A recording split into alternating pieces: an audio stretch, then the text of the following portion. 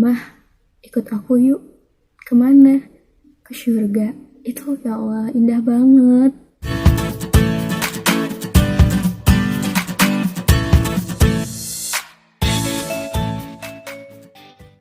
Assalamualaikum warahmatullahi wabarakatuh. Kembali lagi bersama aku Nibra Zinabila. Yeay. Finally aku bikin video lagi. Jadi di video kali ini aku mau nge-share sama kalian tentang gimana caranya aku ngafalin Quran, dimana yang aku statusnya itu nggak mondok gitu. Jadi semoga bermanfaat buat kalian ya. So without further ado, let's get started. Jadi aku mau bahas ke dalam 3 section. Yang pertama itu apa yang harus kalian persiapin sebelum kalian mulai menghafalkan Al-Quran. Yang keduanya, metode apa yang paling mudah buat kita untuk ngafalin Quran menurut pengalaman aku sendiri. Terus yang ketiganya, kenapa kita harus do something, yaitu menghafalkan Al-Quran. So ya, kita mulai aja yang pertama. Jadi sebelum kalian ngafalin Quran, hal pertama yang harus kalian lakukan itu, dan ini yang paling penting, itu kalian harus lurusin niat karena Allah. Kenapa? Karena ketika kita udah salah niat, kayak misalnya kita mau riya atau sombong, kita mau disebut sebagai al-hafiz, itu bakal fatal banget. Coba bayangin, kita capek-capek ngafalin Quran tapi nggak ada nilai apa-apanya di mata Allah. Padahal tujuan utamanya kita ngafalin Quran itu kan untuk mendapatkan ridha Allah. Jadi kalian harus tanamin dalam diri kalian kalau ngafalin Quran itu hanya untuk Allah. Yang kedua, kalian harus tanamin di dalam mindset kalian kalau ngafalin itu mudah. Nggak mungkin Bil, kan aku sibuk. Nggak mungkin Bil, aku nggak bisa. Insya Allah kalau misalnya kita udah punya niat yang kuat buat ngafalin Quran, Allah bakal ngemudahin segala urusan kita, apalagi ini dalam hal kebaikan dan mulia itu. Jadi insya Allah ngafalin Quran itu mudah.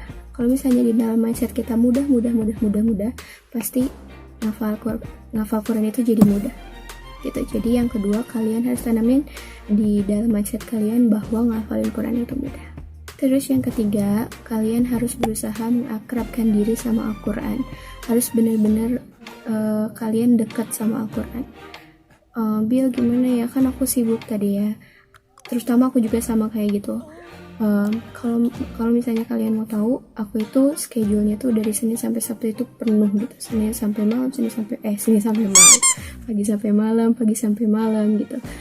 Tapi tadi waktu kita sama, mau orang yang nganggur, mau orang yang sibuk, mau orang yang udah hafal Quran 30 juz, mau itu ustad, itu waktunya sama 24 jam.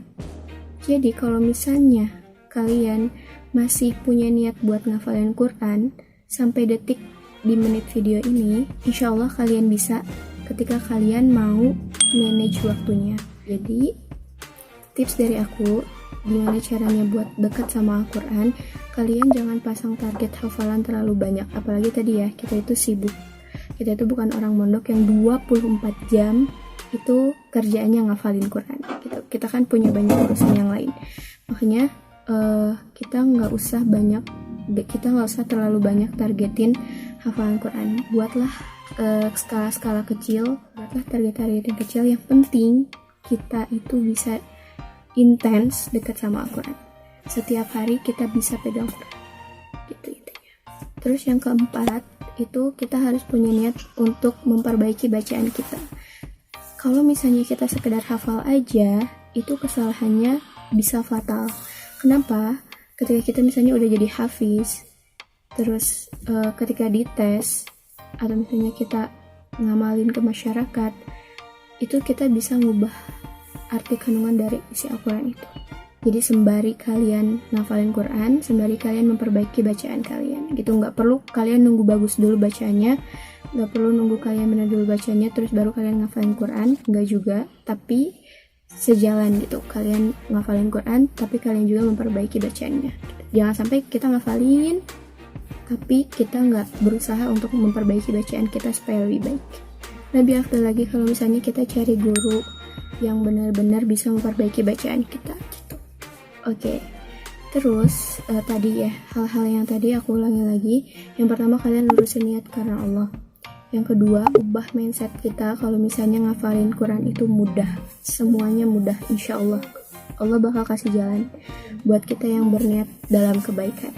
Terus yang ketiga, kalian harus berusaha mendekatkan diri sama Quran gitu. Kalau bisa kalian itu lebih banyak waktunya untuk dekat sama Quran daripada gadget gitu. Karena tadi kita kan udah berazam buat ngafalin Quran untuk menjaga Quran di dalam dada kita. Jadi waktu buat gadget sama waktu buat Quran itu kalau bisa lebih banyak buat Quran gitu. Terus yang keempat, kalian harus punya niat untuk memperbaiki bacaan kalian. Jadi 4 yang tadi itu harus kalian usahain dan harus kalian tanam dalam diri.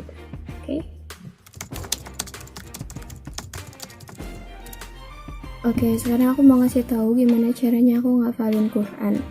Yang pertama, kalian harus pasang target yang mudah. Jangan terlalu berat, terutama buat kita yang gak mondok gitu, yang 24 jam atau sebagian besar waktunya untuk ngafalin Quran gitu. Kenapa? Karena itu bakal merusak kekonsistenan kita dan bakal bikin kita jadi cepat putus asa. Memang ada yang punya target 3 bulan hafal Quran, 6 bulan hafal Quran. Ya mungkin itu bakal possible buat orang yang mondok, yang 24 jamnya tadi, yang sebagian besarnya itu ngafalin Quran.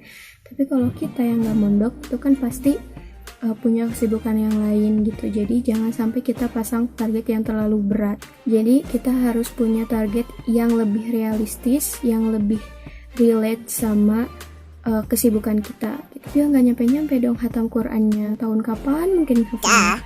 Kita jangan ngelihat kapan kita hafal Qurannya, tapi kekonsistenan kita untuk jaga Al-Quran itu gitu. Contohnya gini, misalnya ya rata-rata kita gitu, rata-rata umur kita misalnya 20 tahun.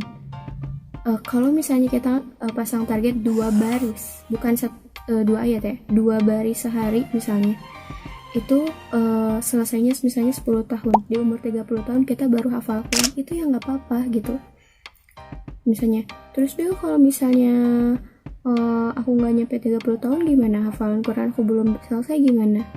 Kita emang nggak tahu umur kita sampai mana, kita nggak tahu ajal ngejemput kita kapan. Tapi yang paling penting itu tadi, kita udah punya niat untuk menjaga Al-Quran. Kenapa? Ketika kita melakukan satu kebaikan tapi nggak tercapai, kita itu bakal dapat pahala yang utuh, nilai pahala yang utuh, nilai kebaikan yang utuh. Tapi ketika kita punya niat kebaikan dan itu tercapai, kita bakal dapat 10 kebaikan. Jadi jangan takut guys. Kalau misalnya benar kita misalnya nggak nyampe 10 tahun tadi, terus kita belum hafal Quran, itu jangan takut guys, kita bakal dapat nilai kebaikan yang utuh gitu. Jadi ini yang aku terapin ya, karena aku dengan kesibukan yang segala rupa gitu, tapi aku pengen hafal Quran. Aku targetin cuma 2 baris sehari gitu, nggak 1 ayat tapi 2 baris sehari. Aku kasih contoh ya, misalnya 2 baris itu kayak gini. Kita ambil dari surat Al-Baqarah misalnya. Alif Lam Mim dzalika kitabul la raiba fihi hudal lil muttaqin alladzina yu'minuna bil ghaib. Cuman sampai situ. Itu 2 baris, gampang banget. Dan aku saranin kalian ngafalinnya mulai dari juz 30, surah-surah yang pendek, ayat-ayatnya yang pendek. Jadi kalian mudah untuk ngafalin. Terus ngebiasain kalian juga untuk konsisten buat ngafalin Quran gitu. Jadi kalau aku ngafalin Qurannya itu mulainya dari juz 30. Terus kalau aku ya juz 30, terus juz 29, terus baru ke 1, 2, 3, 4, 5 gitu. Jadi cukup 2 baris aja. Terus yang kedua, kita harus punya waktu yang tetap buat ngafalin Quran. Kalau aku itu setelah salat subuh, sebelum berangkat kerja. Jadi aku sisihin 30 menit untuk ngafalin Quran yang tadi 2 baris tadi. Bisa lebih cepat atau bisa lebih lama. Kalian punya waktu tetap buat ngafalin Quran. Itu terserah kalian yang tahu jadwal kalian kayak gimana. Tapi tadi ketika kita udah berazam untuk menjaga Quran, untuk ngafalin Quran, kita harus punya waktu yang tetap buat ngafalin Quran. Terus tips nih dari aku, kalau kita lagi ngafalin Quran, itu posisinya kita harus benar-benar dalam keadaan siap. Yang pertama tadi waktunya harus sudah tetap. Berarti kita udah mempersiapkan kalau waktu jam segitu kita ngafalin Quran. Jangan males-malesan. Kadang kalau ngafalin Quran itu suka nggak pakai adab ya. Kadang kita sambil tiduran, seenaknya kita gitu.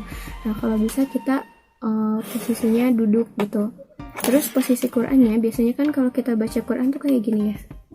Kayak gini ya, kepala kita jadi nunduk. Posisi itu tuh bakal bikin kita jadi lebih sebentar gitu untuk berlama-lama dengan Al-Quran. Kenapa? Karena posisi kita itu kan kepalanya tadi ke bawah ya. Itu bikin kita jadi ngantuk. Dan akhirnya kita jadi udah nggak mood gitu. Nah makanya kalau aku biasanya ngafalin Quran itu agak di ke atasin dikit. Kalau bisa di depan mata kita kayak gini. Nah kayak gini. Jangan kayak gini.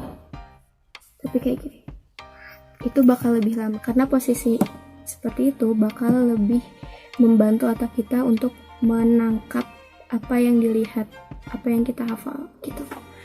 Kalau tips dari aku kayak gitu ya. Jadi posisinya kita harus duduk, terus posisi Qurannya jangan sampai di bawah, tapi ke atas dikit kayak gini, supaya tadi kita bisa lebih konsentrasi dan otak kita lebih bisa nangkep hafalan yang bakal kita hafal. Biasanya aku itu kalau misalnya sebelum ngafalin Quran kan itu per halaman gitu ya, per halaman gitu. Nah sebelum aku pindah atau ngafalin halaman yang baru, itu aku biasanya pasti baca dulu terjemahnya supaya kita tahu alur cerita ayat yang bakal kita hafal gitu, supaya kita lebih punya ruh gitu buat ngafalin Qurannya gitu. Tapi ini bisa dipakai atau enggak ya.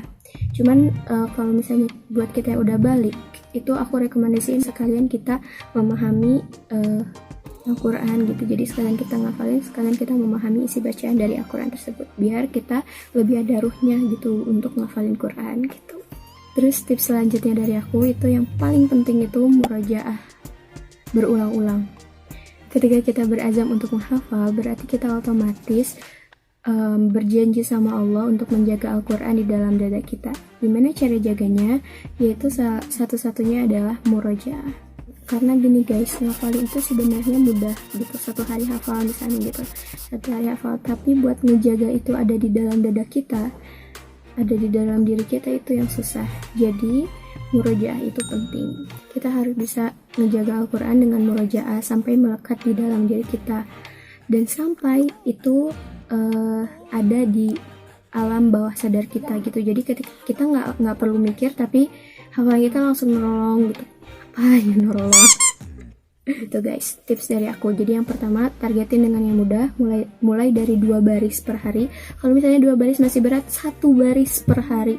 Tadi yang penting kita punya niat untuk ngafalin Quran, punya niat untuk ngejaga Al-Quran di dalam diri kita. Oke, yang terakhir, kenapa sih Bill kita harus ngafalin Quran? Kalau kita ya sebagai manusia kita nggak bisa munafik ya. Ketika kita melakukan satu amalan, itu pasti kita pingin punya imbalannya gitu. Kita melakukan suatu amalan pasti kita punya motivasi ingin mendapatkan sesuatu. Nah di sini aku bakal kasih tahu kenapa aku bener-bener pingin sharing ini ke kalian, dan kalian harus ngikutin ini, dan kalian harus punya niat untuk menghafalkan Al-Quran. Kita itu harus iri sama orang yang ngafalin Quran. Kita itu harus iri sama penghafal Al-Quran. Kenapa? Tahu nggak kedudukan penghafal Al-Quran di mata Allah itu kayak gimana? Itu keren banget. Kita harus cemburu sama orang yang hafiz. Kita harus cemburu sama orang yang hafal Quran. Yang pertama, seorang penghafal Al-Quran itu udah dijamin bakal masuk surga dengan catatan dia ikhlas dan tidak melakukan dosa besar. Dan surganya pun khusus untuk penghafal Al-Quran gitu. Yang bisa masuk ke surga itu adalah khusus orang yang penghafal Al-Quran. Gimana nggak keren coba? namanya surga Aden. Teman-teman bisa cari di Google apa surga Aden itu, gimana di dalamnya dan lain-lainnya. Yang pertama itu tadi, kita udah dijamin bakal masuk surga. Penghafal Quran itu udah dijamin bakal masuk surga. Gini ya guys, coba bayangin, kita itu bukan sahabat Rasulullah yang hidup di zamannya, kita itu bukan para sahabat yang hidup di zaman Rasulullah yang bisa membersamai Rasulullah dan dijamin gitu masuk surga. Kita itu nggak punya kesempatan itu, tapi Allah ngasih kesempatan lain, yaitu dengan apa? Dengan ngafalin Quran, tapi dengan syarat tadi, ikhlas dan tidak berbuat dosa besar. Jadi kalian pastiin kalian itu benar-benar tadi yang di awal-awal aku kasih tahu, kalian ketika ngafalin Quran itu tadi benar-benar harus ikhlas. Karena ketika kalian ikhlas, ketika kalian nggak mengharap apa-apa, ketika kalian niatnya hanya karena Allah, itu tadi kalian bakal dijamin masuk surga. Iri banget kan? Ya Allah. Karena at the end of the day, kita itu bakal kembali ke dua tempat gitu, surga atau neraka. Kalian pilih mana? Kalau misalnya kalian pilih surga dan kalian mau nyanyiin kesempatan ini, ya udah deh, itu terserah. Jadi ini kesempatan emas banget gitu untuk kita yang mau menghafalkan Al-Quran. Terus opportunities yang kedua itu, kita bisa ngajak 10 orang ke surga. Bayangin, bisa ngajak 10 orang ke surga, asal jangan mantan yang diajak. Kalian mungkin tahu ya, ketika kita nanti di akhirat, mau ibu kita, mau ayah kita, mau saudara kita, mau suami kita, itu bakal disamakan sama Allah. Semuanya nggak ada yang tua, nggak ada yang anak-anak, tapi semuanya pemuda gitu.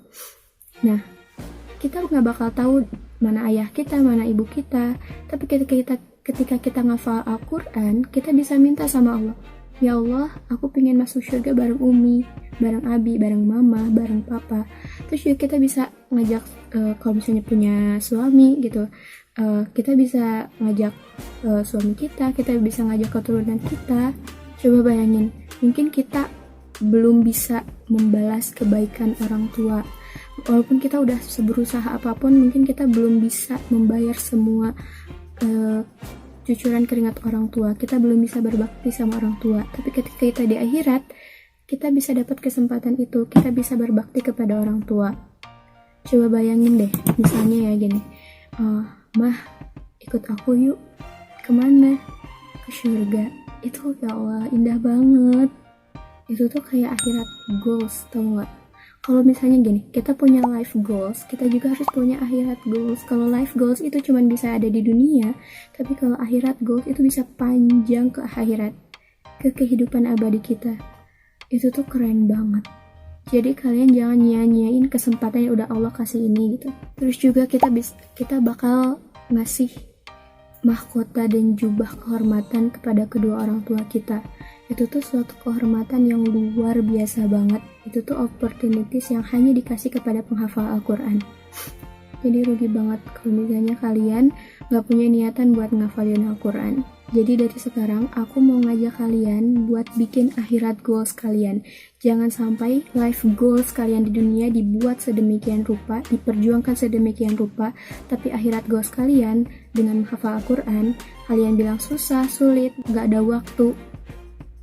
Dengan opportunities yang tadi aku bilang, itu kalian sia-siain.